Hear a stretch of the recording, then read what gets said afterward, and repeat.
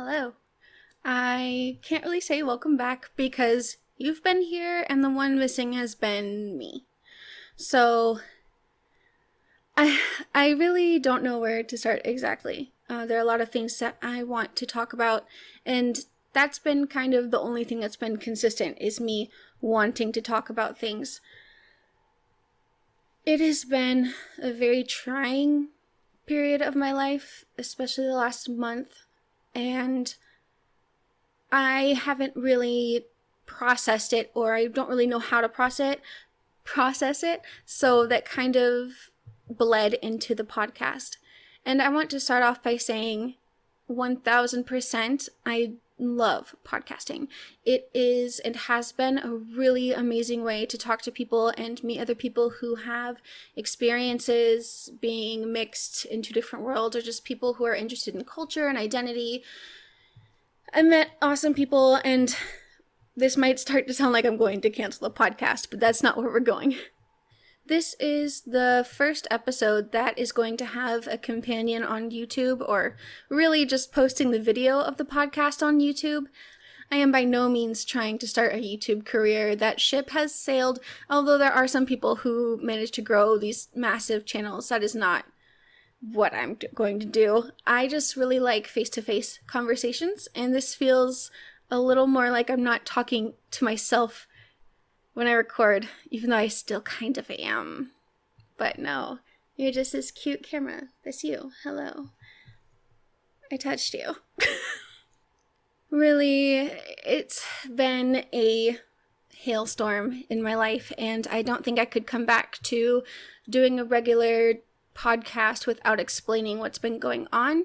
I brought up the YouTube to say that I am planning on doing more health-related things on YouTube after this, because every time I talk about my personal life on the podcast, it feels weird, I guess, to me, just because that's not exactly why I started the podcast. And I know that some people aren't really there for the health conversations, so all the stuff about having chronic illness, applying for disability, and other things that I want to talk about, like what I've been doing, getting into herbalism on the YouTube channel. So I'm just going to be brief about my health stuff in this.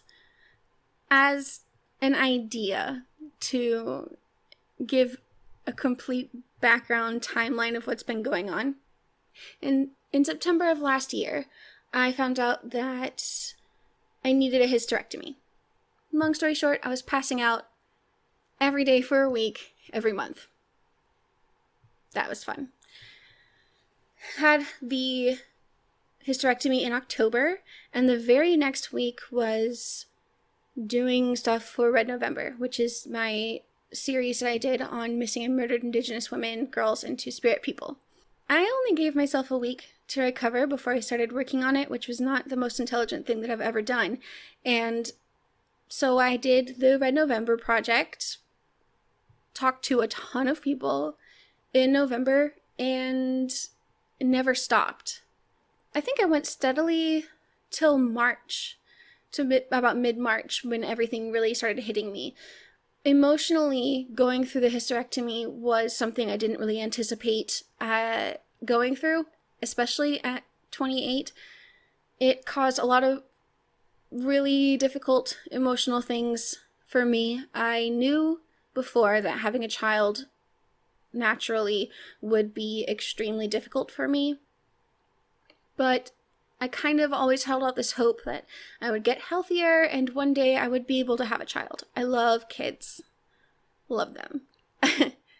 I always thought about having one. I always thought about what they would look like, my children. I think I started picking out names when I was probably 12, which probably has some kind of societal pressure about being a woman, but to me, I still do want children. So losing my ability to have children was devastating. Probably the most devastating thing I've gone through in a number of years. And I didn't really know how to process that, so I buried myself in podcasting and talking to people in social media. I was on there all the time, but outside of that, I don't know how many times I cried every time I saw someone with their child or those YouTube recommended videos.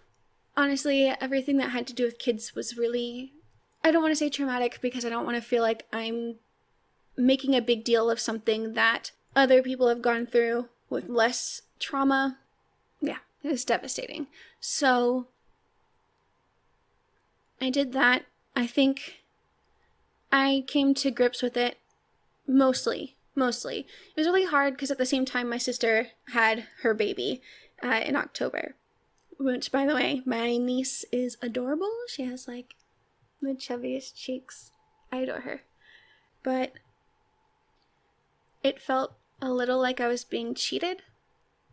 Nothing is really guaranteed in life. I understand that. And to say things aren't fair is not the most useful thing because that still doesn't change the fact that something's happening to you.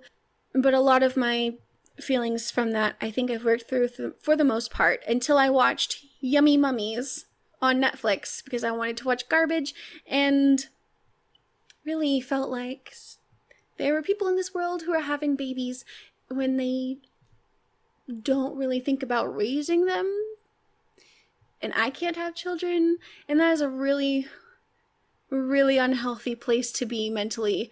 So that kind of stuff I'm sorting through. I don't know. It's something I have a lot of feelings about for sure. Anyway, I came to grips with it for the most part, and then March happened, and everything with COVID was starting. Things were looking pretty bleak, and for someone who has a lot of chronic illnesses and just general bad health as far as that goes, I did not do well. I had to be quarantined before everyone else kind of started their official lockdown quarantines because my doctor was concerned about me being at risk. I am one of those people who is at risk of the more serious symptoms. So I had to completely quarantine myself mid or early March. I think I've talked about it before, but I have very severe depression, very severe anxiety that comes from either the depression or having post-traumatic stress disorder. Who knows? I have it. And I saw something on a Facebook group that I'm in for people who have chronic illnesses, a Spoonies group, if you know that terminology. And someone was looking for advice because their child who has major depressive issues like me felt like she was convinced she was going to die. And that is something that I was going through.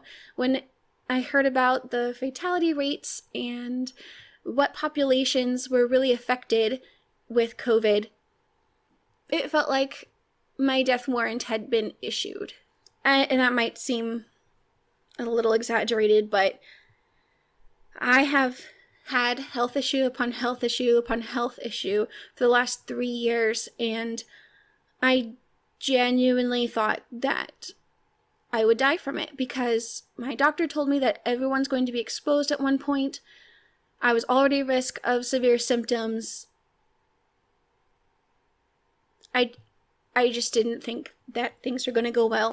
It just went completely out of control.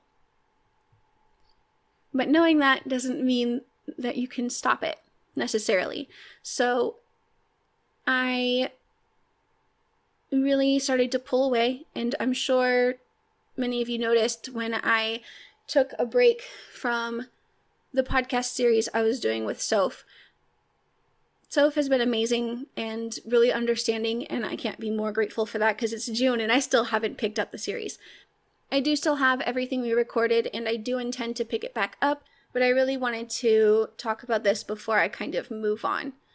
In April, I started having COVID symptoms, and just to say in the beginning, we are not going to know 100% if I had it. However, I had all the symptoms of COVID. We know who we were exposed to. By we, I mean Emma and I were exposed to someone there were some infrastructure problems here in Michigan. When I was really showing symptoms and having trouble with my breathing, we were at the peak of COVID, at least here, and there was a shortage of tests. So I never got tested.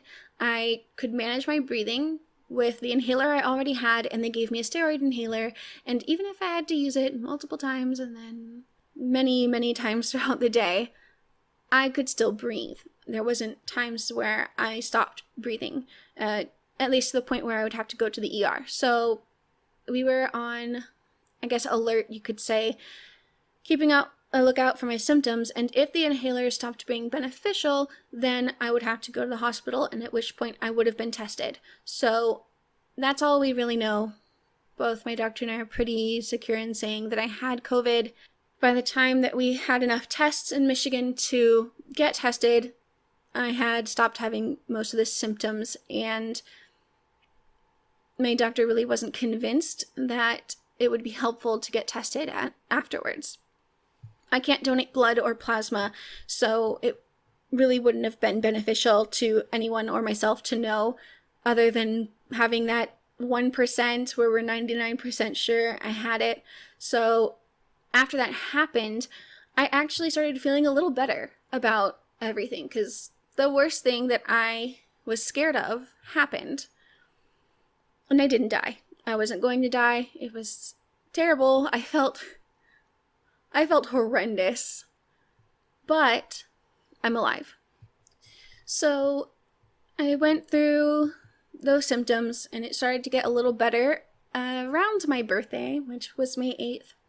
So I'm 29 now. Yay. I was starting to get better mentally, physically, and so I started trying to come back to social media and to the podcast, because I did take a break from everything. I just, on top of the politics, how things were handled in the government, not being able to get tested, that only piled more anxiety on top of me, and I reached a point where I just couldn't do anything.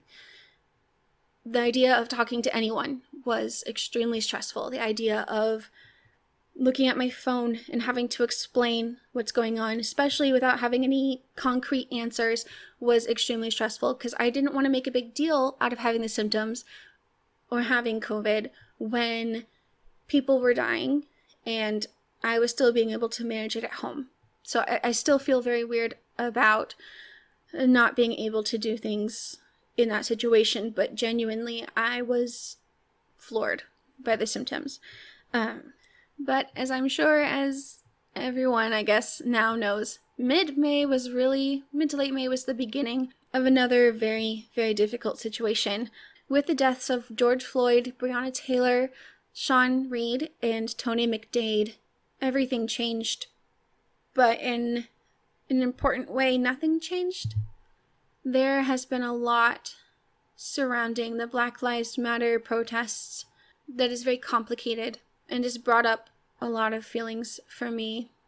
But specifically, the protests have finally captured people's attention. And while I'm grateful for that, if I see one more statement from a company saying that we stand with you,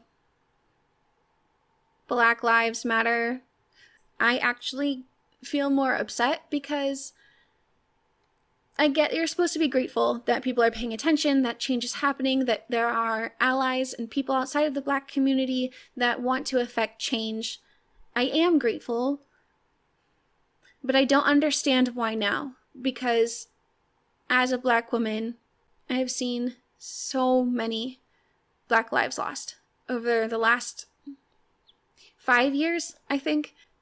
Why is it when so many people have died, when the Black Lives Matter movement has been talking about it for years, when Black people have been talking about this for years, why now?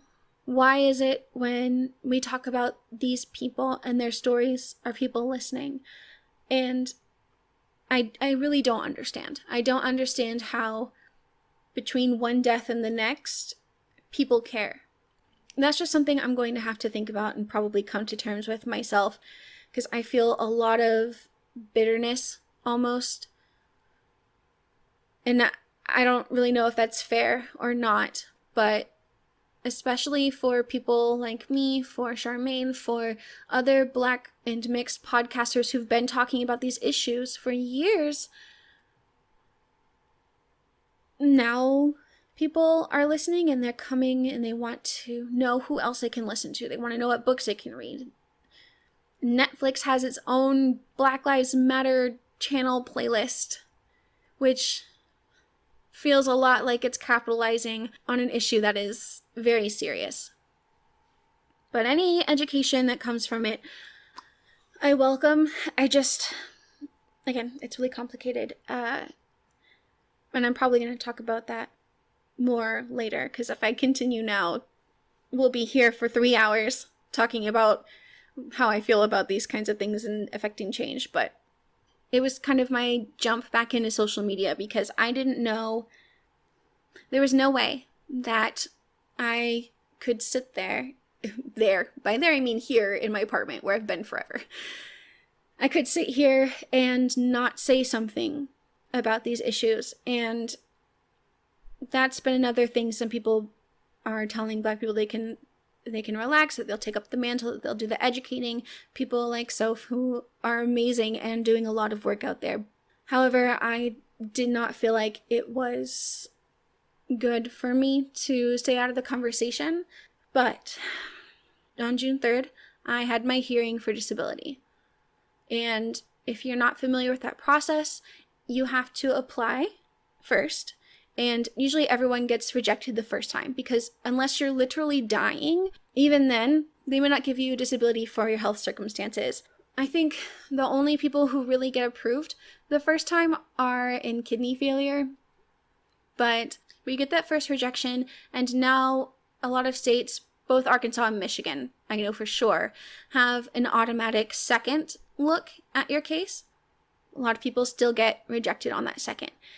You file for an appeal, and you're told basically that you have 6 months, anywhere from 6 months to 18 months, to wait for a court date.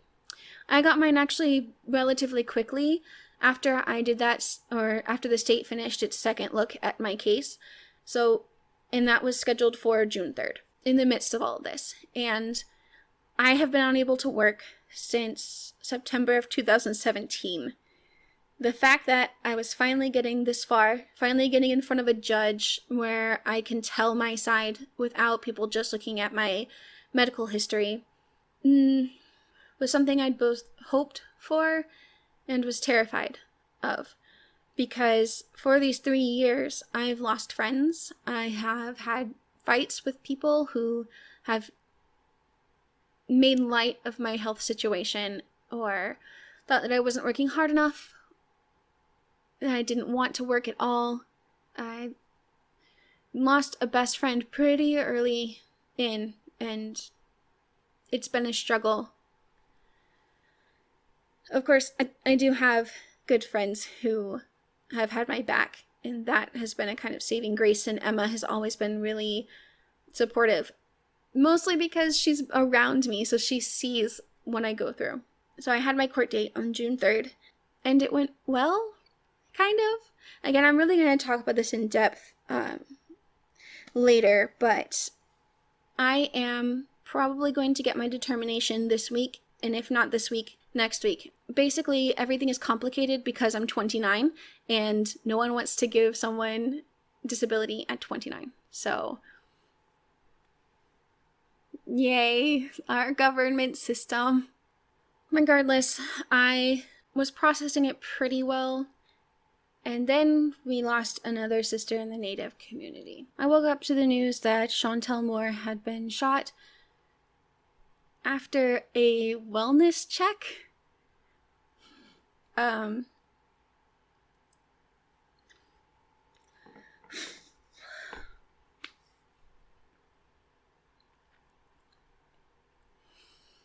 And waking up to that after everything, all of this within a year, talking about missing and murdered Indigenous women, girls, Two-Spirit, going through my own health issues, going through watching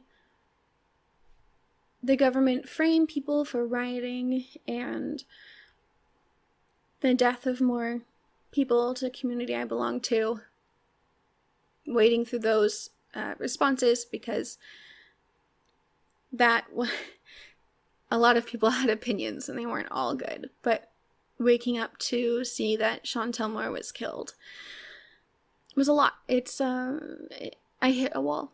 I hit my threshold of too much. Whether it's fair or not, weak or not, I couldn't handle it. And I, once again, I felt like I couldn't do anything.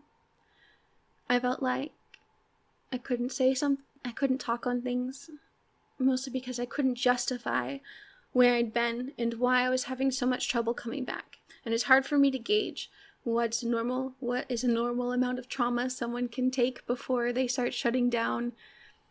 I don't know if being unable to do anything at the point I did was weak. I don't know if I don't have a good gauge of personal strength. I just don't have a good gauge. And I'm trying my best to continue as normal because I can't just sit in my room and fester. I need to do things that make me happy. And as much as I have to talk about things that aren't happy in my podcast, I can be a part of a community that's going to be supportive. There are a group of people who are genuinely amazing human beings that I've been able to meet since starting the podcast, and I'm working on seeing that more rather than things I can't control. So for now, and probably for this foreseeable future, I am going to make Some Kind of Brown a bi-weekly podcast, because disability and the way the government works here is very complicated. And I still don't know if I'm going to get support in that way. And waiting for something that's not guaranteed to me and hanging my whole life on that has caused, obviously, a lot of stress. And so I've been really looking at things and what I need to do if I don't get disability. That can't be the only thing I've planned for in my life, and for a long time it was. So the podcast is going to go to twice a month. I will probably be posting to YouTube at least 3 times a month because, again, I like talking to people about things I'm going through, and especially when I was applying for a disability and in that process, it would have been nice to know some things, or at least be able to talk to people who want to talk about those things or have experience in those areas. And yeah, I talk a lot. I'm always looking for more people to talk to. So, especially because I keep reaching my poor introvert's limits. If you are an extrovert like me, I'm sure you know what I'm talking about, where you have to introvert hop. But along with having the podcast bi-weekly, I am going to take 2 months off, probably January or July. Not this July, obviously, because I'm coming back from a long break, but in the future, January, probably July, to give me a little refresher period and time to work on some other things that I have going on. And hopefully that will help me be more consistent with the podcast, because my health issues aren't going away. At least most of them aren't going away. And every week when I'm still the only person who runs a podcast is going to be difficult at times. And every time I have to take extended time off the podcast, I hate it. I hate it because I, again, love podcasting, but I also hate it because I feel like I'm letting people down, especially this long break that I've had, and it has gone on probably too long. I'm trying not to be too hard on myself, but this is how I want things to go moving forward. I think it would be healthy for me, especially, and good for people listening to the podcast as well. I'm going to get back on social media, which I've been hiding from because I get really nervous about having to explain myself, and a lot of anxiety, and then guilt about feeling anxious, and then I don't get on. So, and it's been not great for people who I talk to or have talked to on a regular basis, and not great for me who thrives off of social contact. So I just ask that you're gentle with me. I have never in my entire life felt like a fragile person. In fact, I prided myself on not being fragile and being able to push through things. But right now, I don't know how to push through, and I feel like I can't. And that's really rough for me. So I guess this is going to be the year, or 6 months of the year, that I really have to take a look at my personal limits, because I can't push myself through the amount of things that I used to push myself through and expect to be healthy on the other side. And I just would like to avoid that little breakdown, because the last month, I think I've cried more than I have in my life, which is probably not true, but I really went through a few weeks of crying every day, and that's one of the reasons why I haven't been on social media. Anyway, I hope you don't hate me for this or being gone so long. I hope I don't hate me. If you are interested in talking about plant-based medicine, which I've been burying myself in every day, really, beading, crafting, chronic illness, intersectionality, identity, I guess my channel is going to be a bunch of miscellaneous stuff, which is totally fine to me. I just need to externally process things, and maybe we can all help each other. While the world continues to burn in some areas and then is a little more apathetic in others, the communities and people we surround ourselves with are going to become more and more important. I love all of you. I hope that you are well, honestly, both physically and mentally. I hope that if you're struggling with all of these horrors that are happening around us, through all the feelings that surround the Black Lives Matter movement and the missing and murdered Indigenous woman and Two-Spirit, you're kind to yourself, and just that you're kind to yourself, and don't be afraid to ask someone for help or support if you need it. Being sad isn't being weak. Being overwhelmed isn't being weak. And that's something I still have to work on for myself. So I will talk to you later in 2 weeks, probably before the next episode. I am going to pick up the series with Soph. Just keep an eye out on social media for that, because again, I will actually be on there. And that's probably enough rambling. I hope you're well. I hope you're happy. Be kind to yourselves. Be kind to others. Educate yourselves. And I will see you in the next episode for some more shades of brown.